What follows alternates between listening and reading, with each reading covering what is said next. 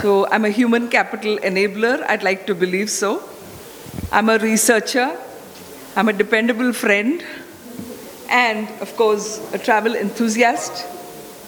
And I'm ever grateful to my alma mater, Tata Institute of Social Sciences, for making me who I am today. Apart from the contributions of my great family, obviously. Yeah? Okay, so quickly on this, I have 10 minutes. I just want to give a little context before I get into the model. So if you can move to a slide, please. Yeah. What's happening with us here? Okay? The ultimate goal has changed since the past, of self-realization to wealth creation, of leading self to leading others, which is not bad, but it's about the way it is done, self-discovery and detachment, and leadership and motivation is of different sorts, as we know.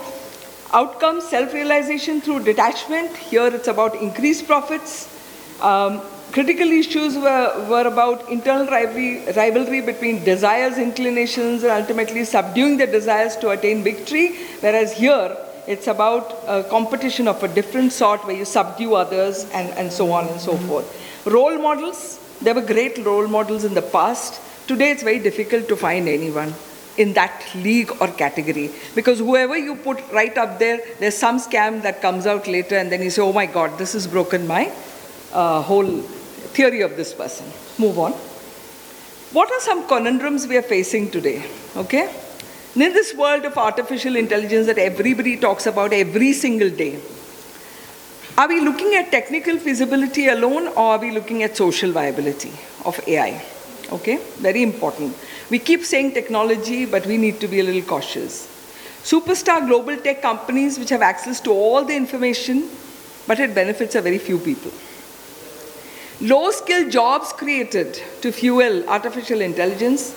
These jobs are exploitative, underpaid, and we keep telling in every forum, oh, you know, with AI, nothing is going to happen, and this is, you know, it's going to be absolutely rosy. It's not so, and I'm not against AI, let me tell you that. But I'm talking about the conundrums that are coming up. Data used for various paradigms are often outdated, and decisions are made on these outdated data. Very, very dangerous, I believe, right? Low level of education in general hinders informed choices. Therefore, who makes the choices that leads the country into wherever it is going to? Yeah? India is supposed to be most connected. Highest number of mobile users, internet users, etc. And we are also the least connected.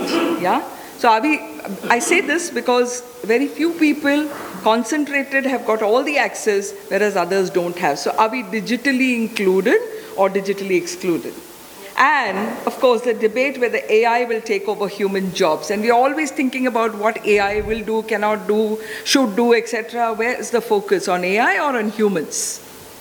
That's really, I think, a big question that we need to ask ourselves. We're faced with these conundrums.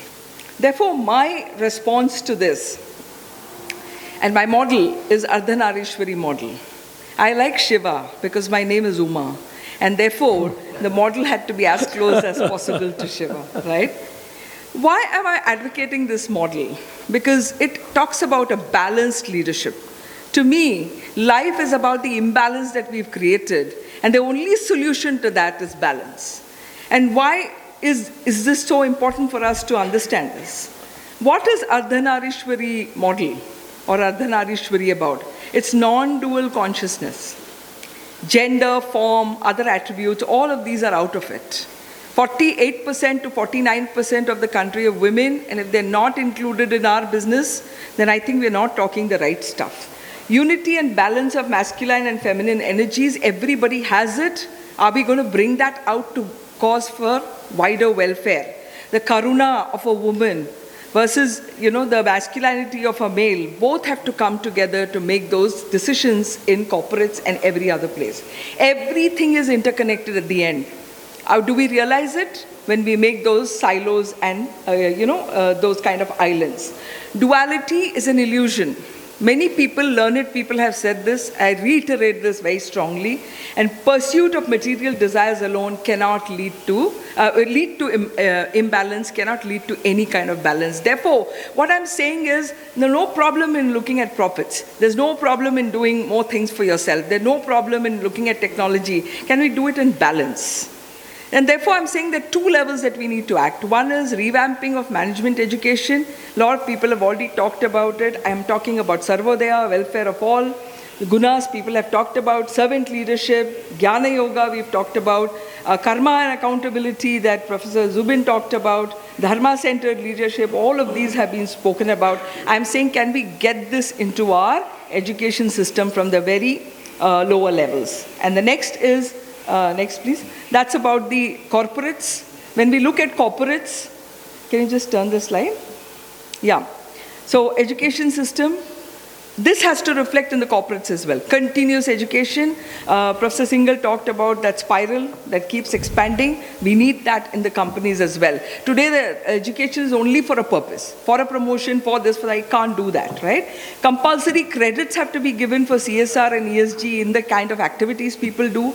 Introduction of Indian assessments and psychometrics. We all follow American psychometrics, which mean nothing for us. We need to do something else. Introducing Indian case studies and other study material versus Western materials only. I'm not against it. Remember, I said balance. But where is the Indian thinking coming into schools?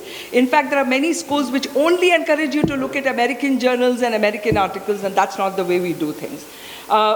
Compulsory credit point for multidisciplinary courses have to be given. Some universities have done that very well in India. I think we have to do that. Huge subsidy on research courses on Indian wisdom and management, I think, is very much required. So people, and from managers, it's about management development program which emphasizes empathy, karuna, daya, vivek, dhairya, nyay, seva, and all of that versus just laissez-faire and profit.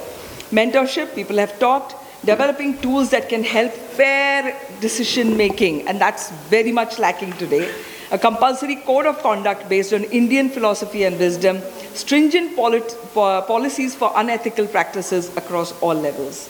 And finally, what I want to say is, you know, there is a core of a business that we are so obsessed with, but every business needs to remember that there's so much around that is part of the ecosystem which is impacted. One bad leader impacts the whole organization, plus its dealers, suppliers, stakeholders, etc. Similarly, one bad business can do wonders in a very wrong way to the entire society. Can we become more responsible in the way we do it? Can we be more balanced? That's really what I had to say. Thank you. Thank you very much, Umaji, for talking about Ardhanarishwara and the business ecosystem, how it should be connected and evolve to ancient Indian wisdom. Now, may I request our friend Mohit Kumar ji, Head Learning and Talent Management, Aditya Birla Management Corporation. Mr. Mohit Kumar from Hindalco Industries Limited, Aditya Birla Group, with 28-year career experience. He is focused HR leader and has deeply navigated organization through intricate transactions, cultivating empowered and skilled workforce across diverse competitive industries. Welcome, sir. Thank you so much, ma'am.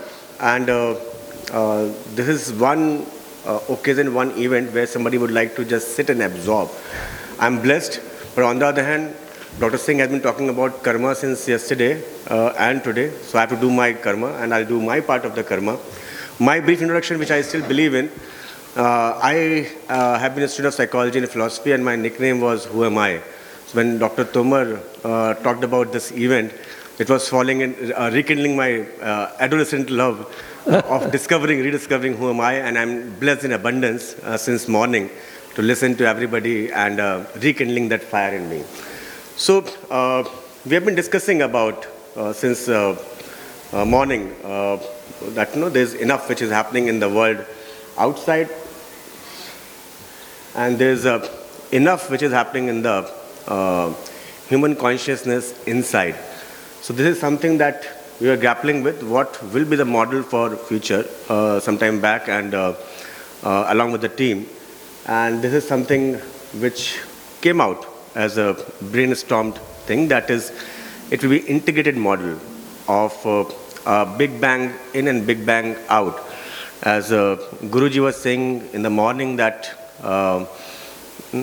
ultimately we need to go beyond everything, beyond all the gunas. So that is what the experience that all of us are looking forward to. Who am I goes to Aham Brahmasmi, but how do we go towards that in the current current realities that we have to face, right?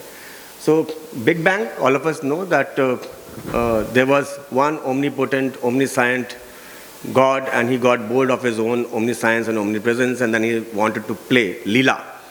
So Leela is all that Big Bang that we are experiencing, and perhaps he is experiencing through us. So out of that Leela is all that which is happening that we are seeing over here, the big data, the digitalization, the artificial intelligence, the machine learning, and so on. And our relationship with technology is enabling and also disabling, as Uma was pointing out. Is it connecting or is it disconnecting? That is where the Big Bang in that needs to come in, and that is where the forums like this, the institutions like United Consciousness, they contribute towards in bringing this part, the inner technology, the Big Bang in, that is about holistic wellness, resilience, mindfulness, meditation, and so on. We do in our own ways. So model for the leadership that that is being proposed, it's the integrated holistic leadership model. Having discussed this model, I'll go to the inspirations. I'm inspired since morning over here, and there's some inspirations from the ancient wisdom that I'd like to share. If that results into a model, great. On the other hand, it's good to share the inspirations, which is kind of linked to what we have been discussing since morning. The other slides, please.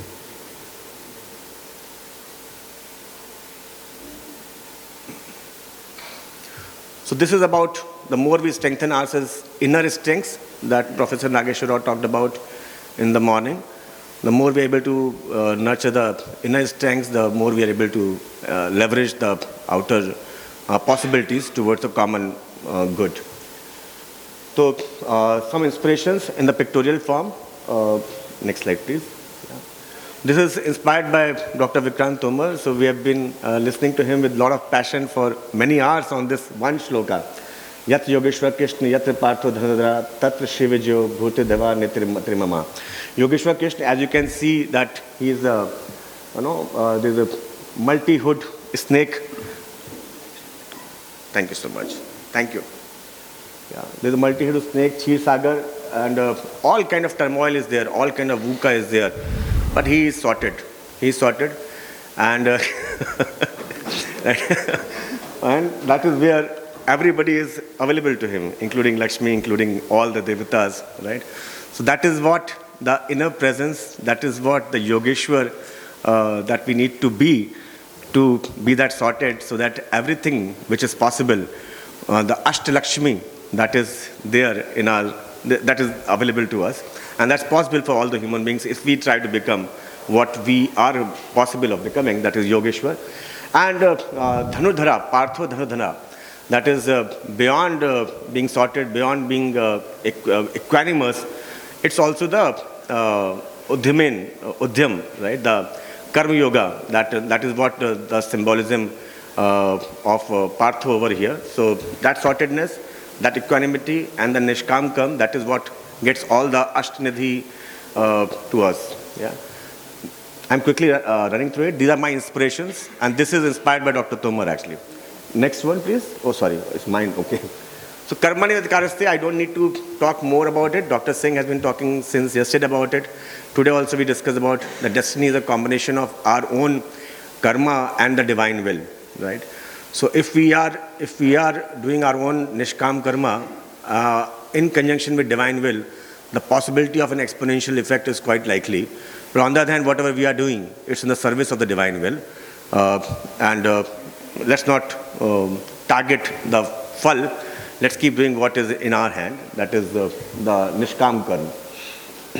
Yeah, this is my favorite, and this is what Dr. Singh talked about, and this is about a self-management. Dhayato Vishan Punsa, संगस्तेषु उपाजते संगात् संजायते कामः कामात् क्रोधो विजायते क्रोधात् भवति सम्मोहः सम्मोहात् स्मृति विभ्रमः स्मृति भंशात् बुद्धिनाशो बुद्धिनाशात् प्रणश्यति. That's the model of how to be watchful, how to be mindful. If we are only focusing on the sense objects, then there's a sang, there's a attachment which happens, and with that attachment, because if it doesn't get fulfilled, the anger is there. Krodhat bhavati samoha, then you don't understand what is right and wrong, and thereafter the process of falling down begins. So that's what Sai talked about. The entire way of how to do it, pratyahara, niyam, sanyam, so all that is towards this self-management, which is important for the divine will to operate through us. If we have to make ourselves the instrument of the divine will, then it's important to be mindful of the temptations around that even Buddha had to struggle towards the last leg of his enlightenment. This is what this conference is all about. Am nija paroveti garna lagu chetsam udar charita nam tu vasudhav kudamkam. These are my inspirations, and this is what the model, and this is what the implementation of the model in the G20, C20, Vasudhav Kutumbakam National HR Conference on Ancient Wisdom. It is with that thought that we are here, that the knowledge, there is no original knowledge. All of us only remind ourselves of what is already there in the universe, right? And that smriti, that memory that we discussed today, that is what is bringing into the consciousness through the united consciousness, and that is what we are experiencing over here today. The conscious leadership, we have all discussed. The magnum opuses of Ramayana and Mahabharata are complete with the examples of what is a good example of conscious leadership and what is not a good example of conscious leadership. Duryodhan on one hand, Ravana on one hand, and Ram and Yudhishthir and Arjun on the other hand. So that is the inspirations from the Indian mythology on conscious leadership and what is possible. What is possible if we are conscious in our leadership? It is the entire impact that we create, what we call about the triple bottom line. Raj bhi hai, environment bhi hai, dharm bhi hai. So that is the complete impact that we talk about nowadays, which is possible only with conscious leadership. This is another slide of mine which I really like. That is Ras Leela, right? That is, can the workplaces and can the society be a Ras Leela in terms of where you have the connectedness with everybody, where there is a love and compassion for everybody. I was discussing with Sai in the lunchtime that if there is a choice between being right and between being kind, what will be the first choice, right? With respect to when we are dealing with our stakeholders and the CEOs back in the corporate world. So kind is the first choice, because only when the heart is connected, any other progress is possible. Any other space for mind to operate is possible only when the hearts are connected. So it's important that you can see that Krishna is there with everybody. So if the leader is like somebody who is equal with everybody, equally connected, equally interested in the welfare, that's where a lovely world full of love and compassion gets possible. A divine dance gets possible. Yeah. Yoga Karmasu Kaushlam. So this is what Mr. H.N. Srinivas discussed in the morning. That is, it's ultimately about getting into his skills. It is, Shrikant talked about it, skills are nothing but display in action of the knowledge. So it is about being immersed in what we are doing. And that's why it is important to do what is our dharma. So that those are the other slides coming further down. So this slide is another favorite slide. That's I do as a prayer also. Ya Devi Sabhuteshu Matrupen Sanstha Namastasya Namastasya Namastasya Namo Nama. Uma was talking about the representation of the femininity, right? It's in our all kind of workplaces, all kind of theaters which are there. So it's something which is within us, the Ardhanarishwar, all of us, right? So how can we invoke the divine feminine in us and take the active help from the divine feminine towards achieving all this, that is wealth, towards knowledge and the power, right? The power equations get done with the power is something that we all seek. Vinay ji talked about Ka Chup Saad Raha Balwana, and over here we can see that Jamwant is the coach for Hanumanji, and the significance over there is that Jamwant's color is black, so it is our own unconscious which is our coach. So everything, all our nidhis, all our powers are in that unconscious if we are only able to invoke that. So it's good to be aware of our purpose and live in that purpose and die in that purpose instead of following something which is not our purpose. It is something that whatever we are good at, let's do that and do that to the perfection. Last slide, that is, it's all good to philosophize, it's all good to have models, but on the other hand, it's equally important to have the execution. Udimen is Idanti Karyani na Manorathai, Nahi Supta Singas Pershanti Mukhe Mriga. So that's the model emerging perhaps, that is conceptualized and thereafter put that into execution towards realizing what our intent is. Thank you so much. Thank you very much, Mohit ji, for taking us on a journey of integrated model of holistic leadership and conscious leadership. May I invite now Mr. A. Balaji Kumar, Group CHRO, Sonata Softwares. Mr. A. Balaji Kumar, CHRO, Sonata Software, a dedicated scholar of human resource development, organization culture, and HR excellence. His expertise extend across various domains from industrial relations and HR generalist roles to HR BP, L&D, and talent management. I welcome you, sir.